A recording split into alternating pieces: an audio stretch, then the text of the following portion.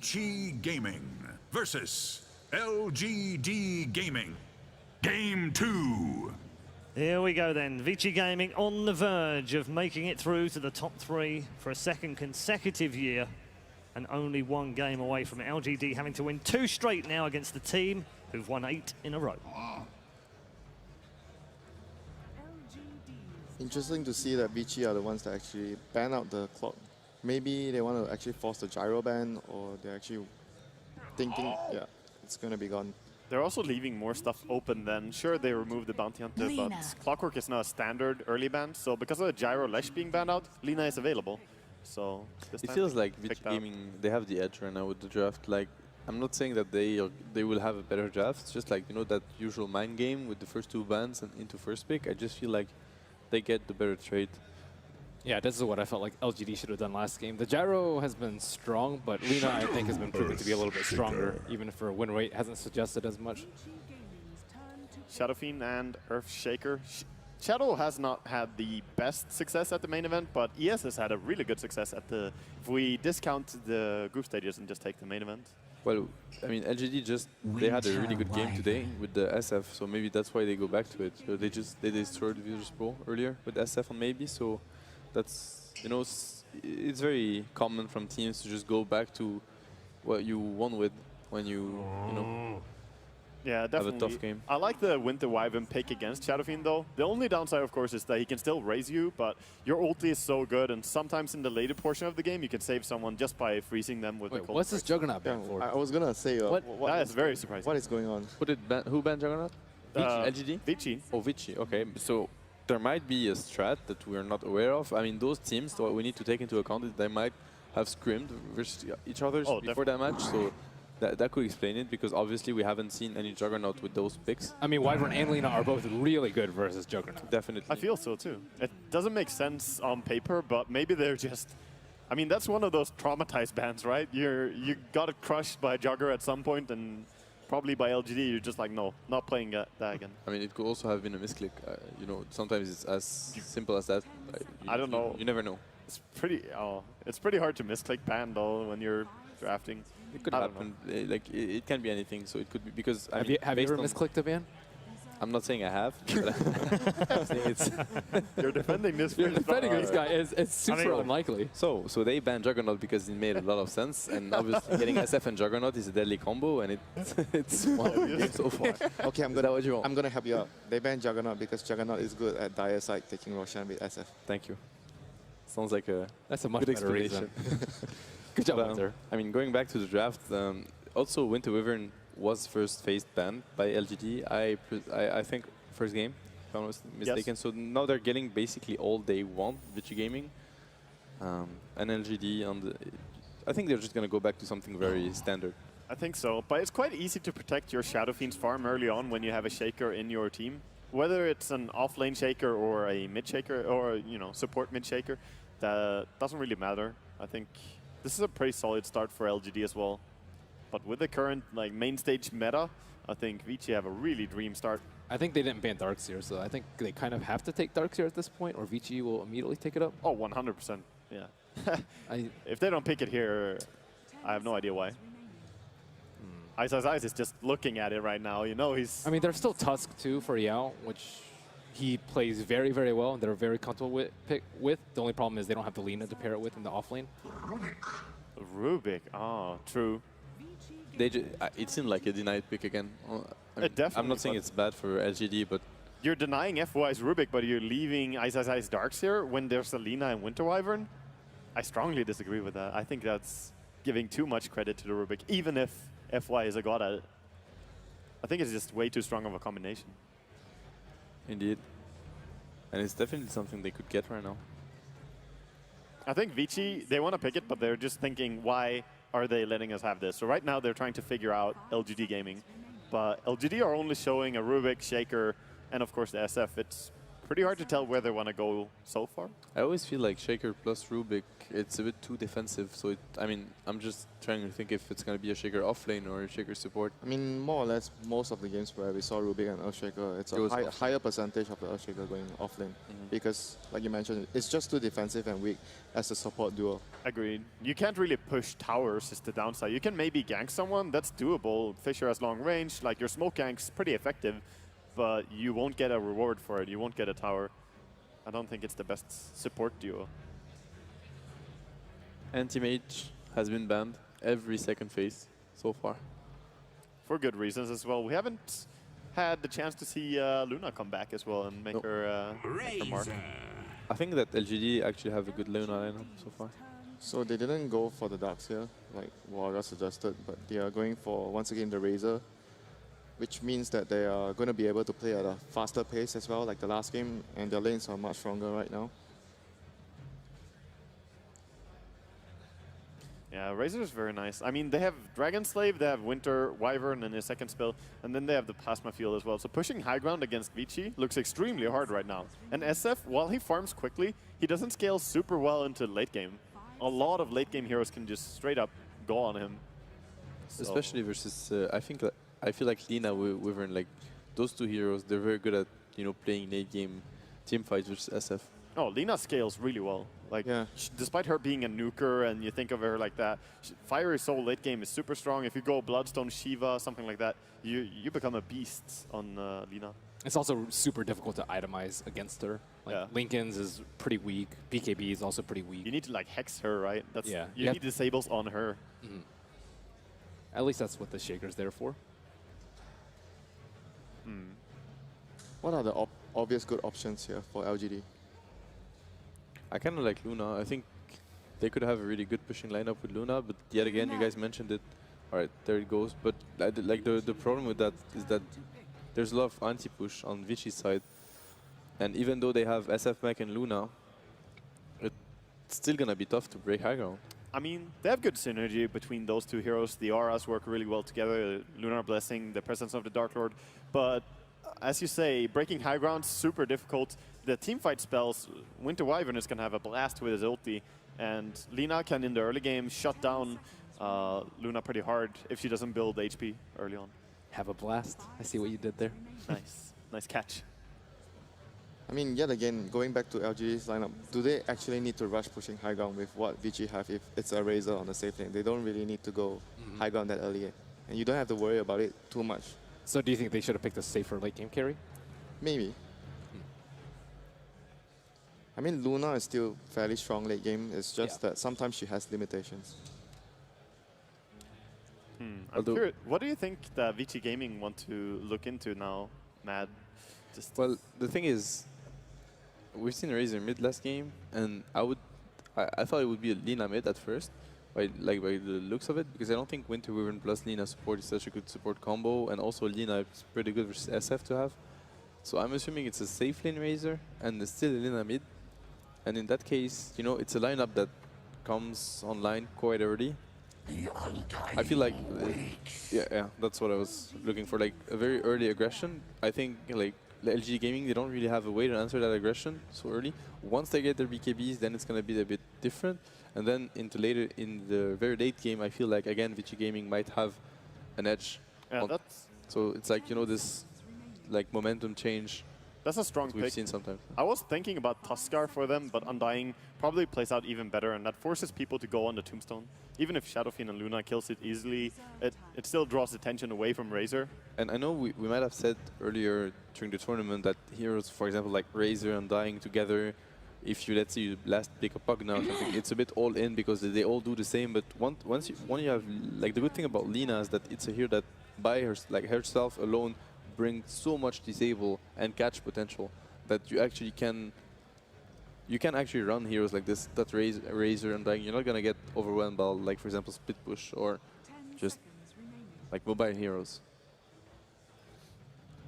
But their lineup is once again, from what I see right now, is more fast-paced than what LGD have. LGD takes more time, they need more time to come online, whereas Vici's lineup is much more they want to fight as soon as possible. LGD also doesn't have the best high ground defense right now. They have Shaker, who's amazing, of course. Rubik is decent, can be good, but they really don't have much against the high ground pressure from I don't think it's going to be a Shaker offlane anymore. I think this is a Shaker support because now with Luna Rubik Shaker, they have a lane that's strong enough. And yeah, I'd like to think that is a Tusk offlane. Yeah, I mean, we've seen from LGD the last time when they picked us, it's exclusively for Yao. Okay. But he played it support once though. Yeah, it was because maybe Xiao 8 Doesn't play. doesn't play it, so. Yeah, I think this time we might have Xiao 8 on the Shaker and Yao on the Tusk. And as for Vici Gaming, they're looking for an offlaner or it's an undying offlane, and then they're looking for a support. I'm not quite sure. Which lineup do you believe in more, Milini? Just looking at these two drafts, because LGD have the late game, but Do you like I Spirit think Baker here? Like any? I like it actually. I think it can be very good to control the Luna as well in the SF. How about you, Ben? Do you like it? I think Rubik and Earthshaker are already pretty good versus SB. That's what we talked about earlier. Tusk is also pretty good to counter-initiate. It does cause a lot of havoc in the fights. Oh, God. Oh wow. what happened? LGD! But Wait, that's did a not see that wild one one. coming. Why Sniper? Last time we saw it, it was versus the Pugna Ward as well as the Tombstone. That's the main reason why I thought it was decent. And Tusk is good versus Sniper. Okay, Sniper is the final pick. We've been surprised by it once before, and we've been surprised by it again. Let's go to game 2 then, with the original Lone Druid. LD, it's all yours. Welcome back, ladies and gentlemen. Blitz, after 6.84 hit, we thought we were free of Mr. Ho Ho Ha Ha. But Vici Gaming refuses to let him die. This is twice now we've seen him here at the main event. I always knew he was going to continue to come back. You believed in the old man. There's just no way that he goes from being played that much to absolutely nothing. But Vici Gaming, they pick him again. And this is a strong hero, LD. This is a really underrated hero, I feel. Tell me why. I think that against a hero like Shadow Fiend 1, he beats it. 2, it's really hard for the Earthshaker to initiate. Even if you get the fissure off on him, LGD don't have the best way to distance close. He absolutely destroys the Luna in that sense, and same with the Rubik. Like, the Rubik doesn't really want anything that the Sniper has. Maybe the Assassinate, but the mana cost for it is a little bit too high. And getting in range to spell steal is quite difficult as well. The shrapnel is nice if you can get it, and you always get those 3 charges when you steal it, which does help. But yeah, this is Vici Gaming showing a lot of strength in little fella. And with that, we'll get underway here, folks. It's game 2. LGD down in a hole here, 0-1, as Vici Gaming have gone undefeated here at the main event thus far. Quite possibly the most convincing lower bracket run we've ever seen here at TI. They're not done yet, though, and LGD certainly capable of mounting a comeback. The lanes are going to be interesting. It looks like LGD sending 4 heroes towards this bottom rune and potentially even go into an aggressive tri-lane here. For now, Xiao 8 may protect the Shadow Fiend mid, but it looks like they're doing something unconventional here with the laning setup. Yeah, they can afford to get away with this because you know that Vici Gaming's lanes are probably going to be dual lanes at the same time. There's an Undying in the game which usually tells you that, especially if it's an Ice Undying, it's probably going to be Fenrir either camping mid and then rotating top. But if he sees that aggressive tri-lane at bottom, then he might just opt to switch. But Luna against the Razor isn't terrible because the Luna has such fast move speed. You can get away with the static link really quickly, and you have a lot of offensive potential with the Lunar Blessing, but it does look like they're just going to go to the standard setups. They were just trying to secure the rune. We saw FY up to some shenanigans here in the tree line, and trying to ensure that there's no blocking of creeps into the trees. The ping does come out here. Did he actually get the right tree? Yeah, it looks like he's cleared out the path, potentially. No, guess not. So the creeps are going to hide out for now, and that will pull the lane back a bit. He has opted for the late strike right early, so it isn't going to be the aggressive lane that we saw, that we expected might come out. Yao should be able to get his levels here with the pullback. Yeah, but at top, the Winter Wyvern does go top, and this is what I was talking about. The Undying plus Winter Wyvern combo is incredibly strong. The Arctic Burn plus the zombies just make it so hard to fight into anything. You just can't move. I mean, even Luna is going to have trouble getting away from that. Nice shards here on the bottom lane, though, as Yao catches out Hal. He doesn't quite keep him under the tower. He's just going to go to where he's going to fight him. His damage being stolen, but Hal's going to die to this. It's a totally unexpected first blood. Yao, normally not known for dominating the lanes early. His real strength lies in the team fights, but he found a sweet catch there. And FY's just like, I don't know what I'm supposed to do, Hal. You're on your own, buddy. And the Razor's not supposed to lose that matchup. That's why you pick a Razor so your supports can go and do other things. You can go for the dual lanes as a result. You can just continue to stack and pull, but Yao winning this lane helps him so much. He's going to get the boots off the bat. He can even decide to go for a bottle if he wants at this point, and this Razor's going to struggle now, and how? That level 1 static link does not take as much damage as you think it would. Yeah, and then he even ran back in. He could have tried to immediately retreat, but they're going on top now as they catch out Sylar. The slow stack up, as you mentioned, Blitz, and he's on the run. Slowly, though, zombies just whittling away at him. They'll have another decay, and Sylar will go down. The trade is there for Vici up top, but it's the expected kill. The one bottom was the one we didn't really see coming. And let's take a look here at the mid lane. There's been some Earthshaker support for maybe. No actual goes from Xiao, but just threatening to move in. It was all scouted here by a Hill Ward. But it does mean that maybe he's getting his CS, already 10-2. Should make it easier for him to lane against the little dwarf here. Yeah, but Super, he can get help at any point, and once he starts to get the levels of the Shrapnel, this lane's going to even out again. But that top lane for me is a little bit concerning because Ice, it's a really good hero against the Luna. When you get the Undying, one decay pretty much puts her at nearly 450 HP. Another decay puts you at 300. One Arctic burn hits takes away a quarter. You have to be incredibly careful. Not to mention the auto attack damage of an Undying in his prime when the stacks really come out. They make their go into Fenrir. They'll pull him back into the creep camp, and he takes a lot of damage. Fissure follow up, but the Tombstone's going to look to turn this one. They need to back out quickly. Are they going to focus it? Oh, they will kill it off. It's only level 1. So they get the Tomb, they get the Winter Wyvern kill. And a bit unexpected, I guess, the rotation there from the Earthshaker. Normally, he's just going to sit mid and protect the Shadow Fiend, but it does catch Vici Gaming off guard here as LGD. Once again, they jump into the lead in terms of kills, now leading 2-1. I actually think they might have been able to turn it down, or turn it around if he was able to get the Splinter Blast off, and he was just about to. The slow might have been enough for Ice to just man fight, and the damage would have been enough for him to kill the Undying, or the Rubik, but it was just that split-second timing. And the amount of damage they have with the Lunar Blessing allows them to take them the Tombstone really quickly.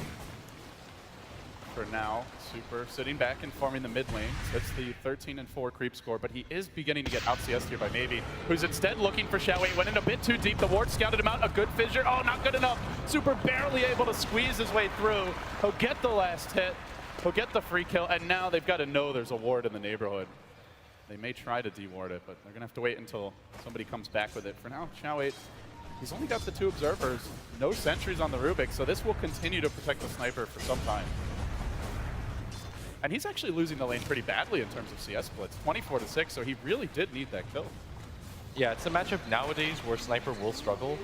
You need some form of help, and in this mid lane, what also hurt him is that he wasn't able to get the Bounty Rune. The Shadow Fiend was.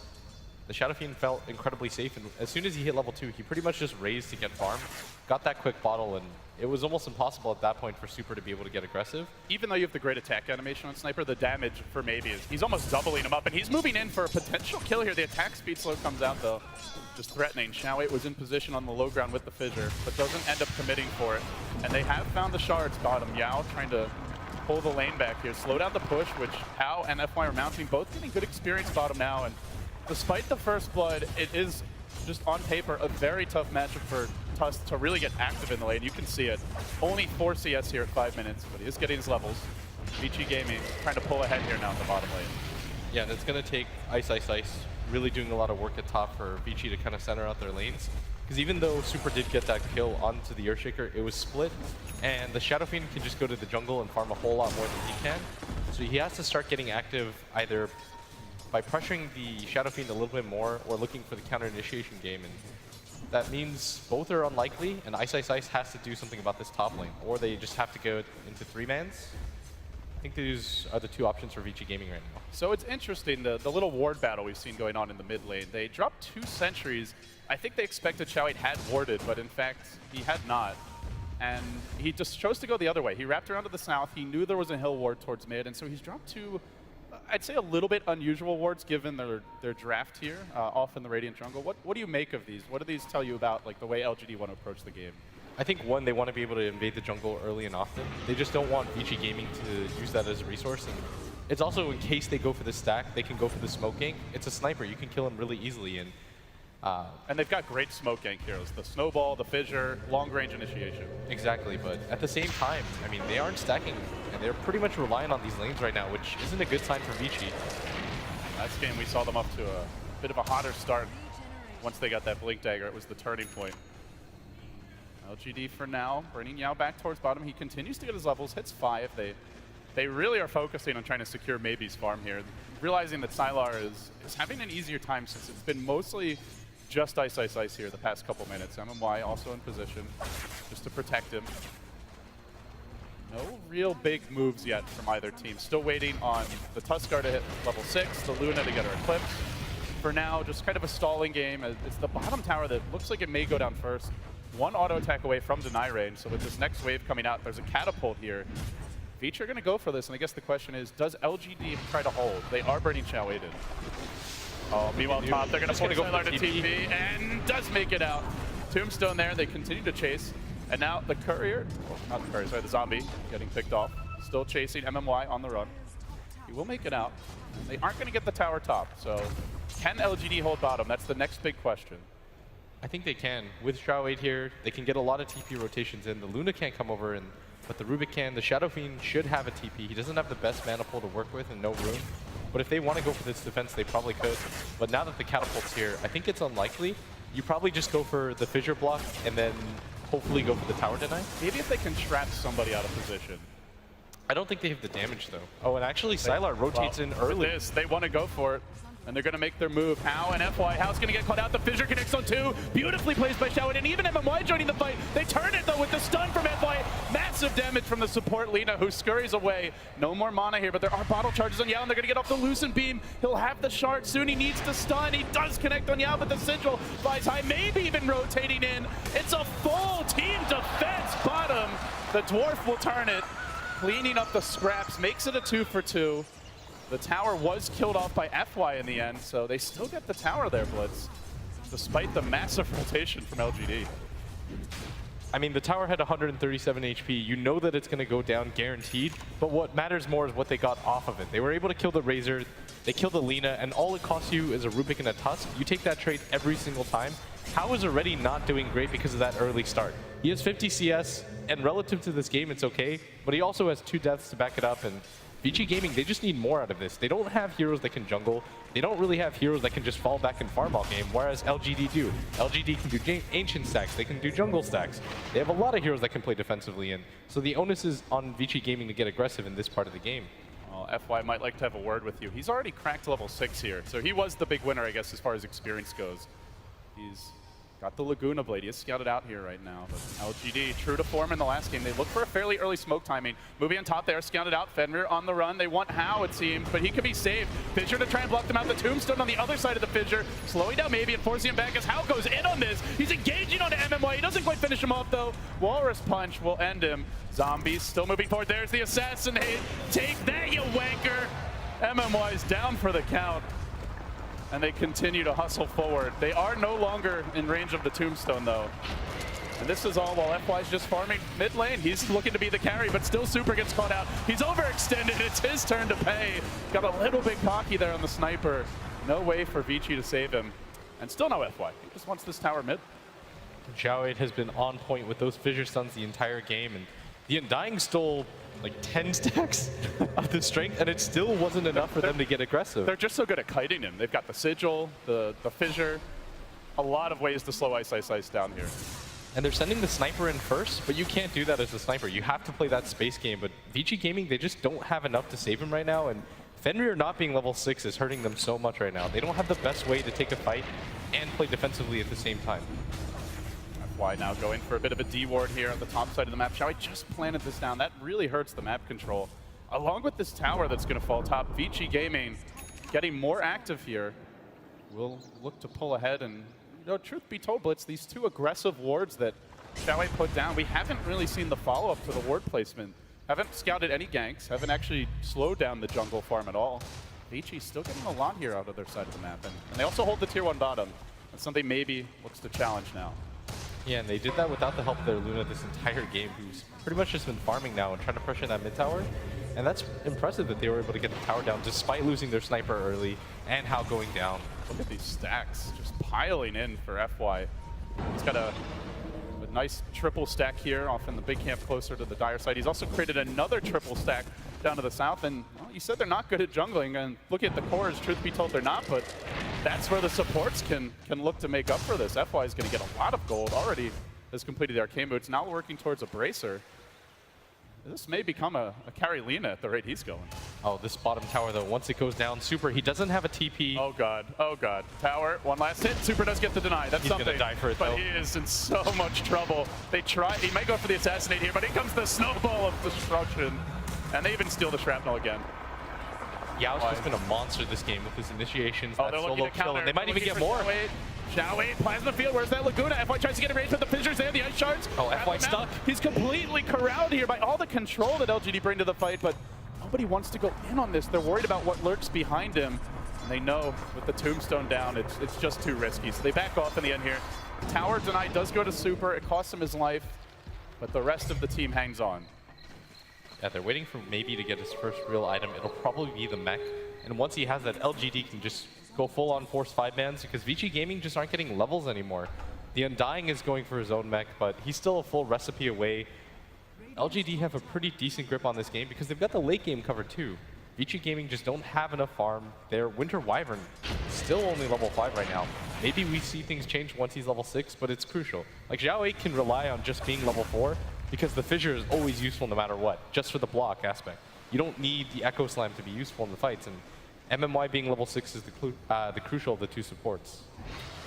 Speaking of that Wyvern, very important that he gets his levels, and it's something that I know Matt has mentioned many a time on the panel over the course of the event is just the ability to interrupt a BKB Requiem will be essential for this team, but he's not going to be very mobile in the fights at the rate he's headed. Just trying to complete his Tranquil Boots now. We will see Super heading onto the mid lane. LGD group up a bit. They're going to spam out the wave here, getting slightly more aggressive. Just biding their time. There's the spell steal. Again, it's the shrapnel. Fresh 3 charges ready to go for MMY, and with this, you're not pushing into him.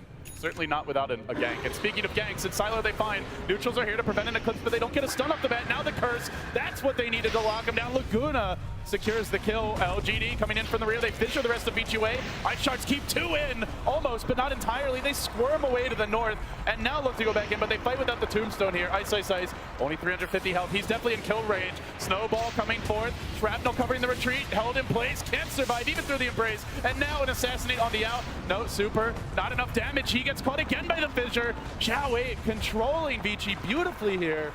And without the Tombstone Blitz, there simply is no team fight for Vici. They do find that last kill for the sniper in the end. But we see some of the limitations of their 5-man lineup. It's a little bit difficult for them to continue the chase. They don't have the best ways to initiate these fights. There's no clockwork in their off lane. Oh, he's been found. Xiao showing him who's the real support boss. Will catch him out in the trees and brings down the Prince. LGD, though, they've got the mech on maybe. I think this is going to be their cue to start taking these 5-on-5 fights because they know that VG Gaming can't outlast them because they can just disengage and not go for the tombstone if they want to. Say he has the mech. It's only just now arrived. Maybe not popping before the TP out. Will it cost him? Oh, close. Mech as he arrives at the fountain, almost in a panic there, but he will survive. Going to start walking in now, and I think this is going to tell LGD, okay, we can go for fights right now if we want. We can decide to get a little bit more aggressive. Uh-oh. Speaking of aggressive, Hal caught out Walrus Punch, Fade Bolt, and another kill. LGD, that was just a gimme. I mean, Yao's just been a monster this game. This is a guy who, no offense to him, hasn't been the strongest in the laning phase, and we see his impact in the later phases of the game. But in this game especially, he's just been dominant. He's done both. He gets a solo kill on the enemy Razor, who's supposed to crush that lane, even 1v1, and yeah, he's just continued to do work ever since. And like you said, the snowball is just such good initiation here for LGD. Maybe Fenrir can counter it with a nicely timed Winter's Curse, but not finding them just yet. He's hiding up on the high ground. No vision here. LGD, they have the 5-man through the mech and the drums. Sylar also going for the build that we saw from Arteezy when he first started playing Luna in the event. Just the team-oriented Luna. And now they smoke. LGD, south is the direction. They move up through the river, now rotating on towards the mid lane. At the same moment, Vici are very far back, and they've also just smoked. Who's going to get the jump here? Oh, they have the snowball. LGD just biding their time. Are they going to show anyone? It's just Super they've shown in the mid lane. LGD probably know there's more here, but they're not afraid by this. Oh, they got to go right now. The backstab is coming. There's the snowball. Eclipse is at the ready. It is going to do work on the carries, bringing them both to low almost instantly. FY also in danger, punished on the low ground. It's Ice next, wrecked by LGD. They'll kill off the tombstone as well. The lone survivor is Hal. who limps away to little avail. LGD with an amazing turnaround there, just completely catching Vici off guard.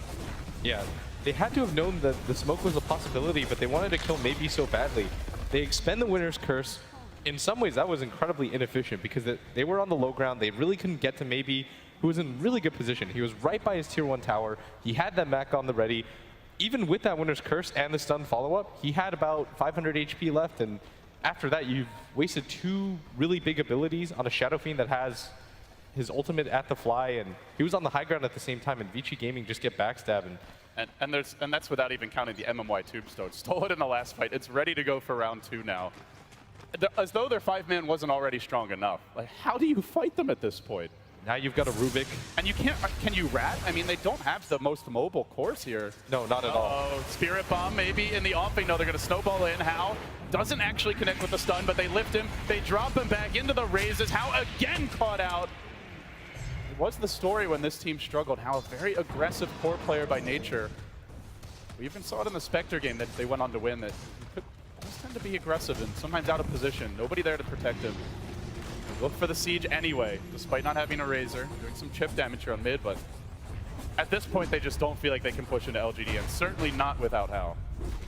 The issue with Vici Gaming's lineup, when you look at it, is that a hero like Undying is incredibly strong for the laning phase, and in these early game teamfight engagements, yes, he's incredibly strong.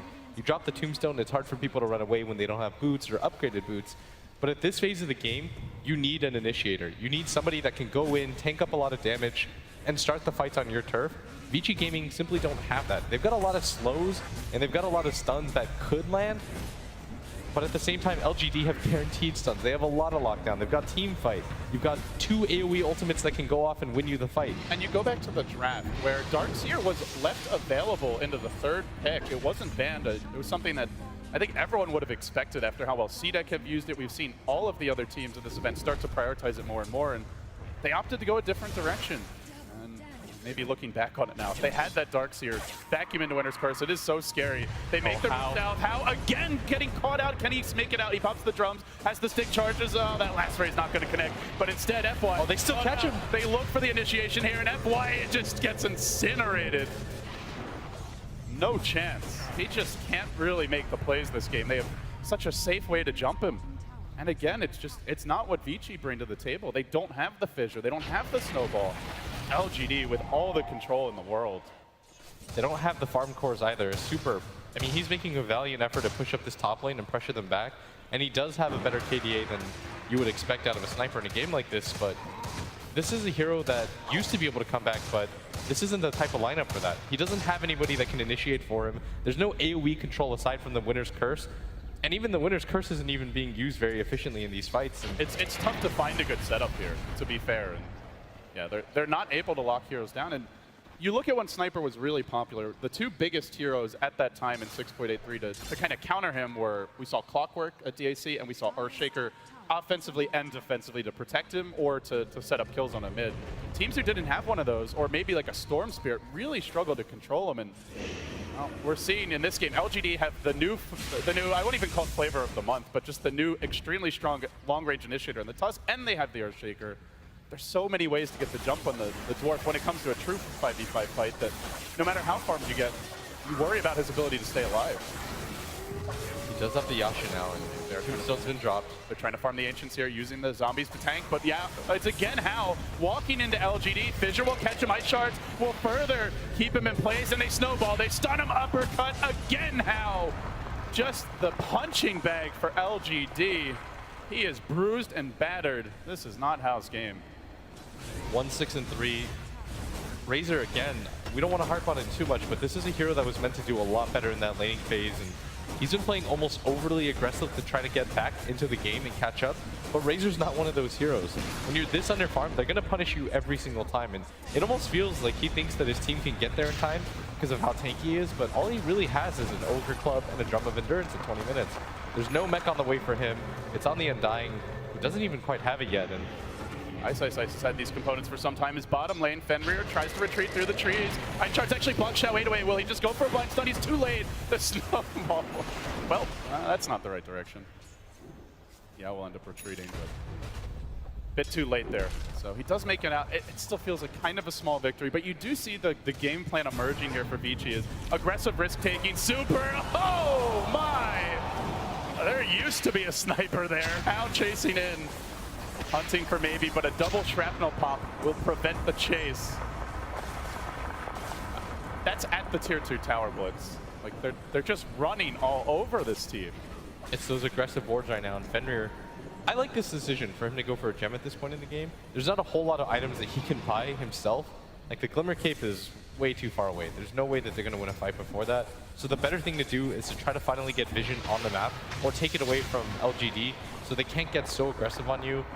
But LGD, they had perfect vision behind that tower. They were able to go in and kill him in front of pretty much everybody. And there's really very little that they can do about it because they just don't have hard lockdown stuns.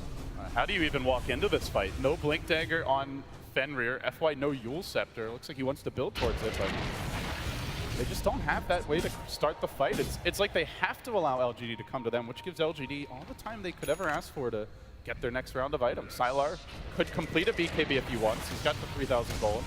Maybe considering a different item or even a Sanjin Yasha potentially. Yao, Glimmer Cape complete on the offlane Tusk. We've seen maybe go back into a Yasha, so a very mobile build from him. Xiaowei also got his Blink Dagger, and even Momoya, MMY, he's got the Force Staff now. They're all getting their key items. They control the map. Vici Gaming, this is a team that likes to play aggressive. You go back to how they really came on fire 6 to 9 months ago, maybe even a year ago, when it was all about the dual roam, the early game pressure of FY and Fenrir. And they have changed up their strategy a little bit here, and we've seen them have a lot of success, but normally by this point in the game, they are the ones in the driver's seat, and I feel like they haven't controlled the game at all, aside from that one time when LGD overextended bottom and they got the double kill in the Undying. They just have to play reactionary, and it's just not really the Vici gaming way. Oh, maybe. Going for the plays.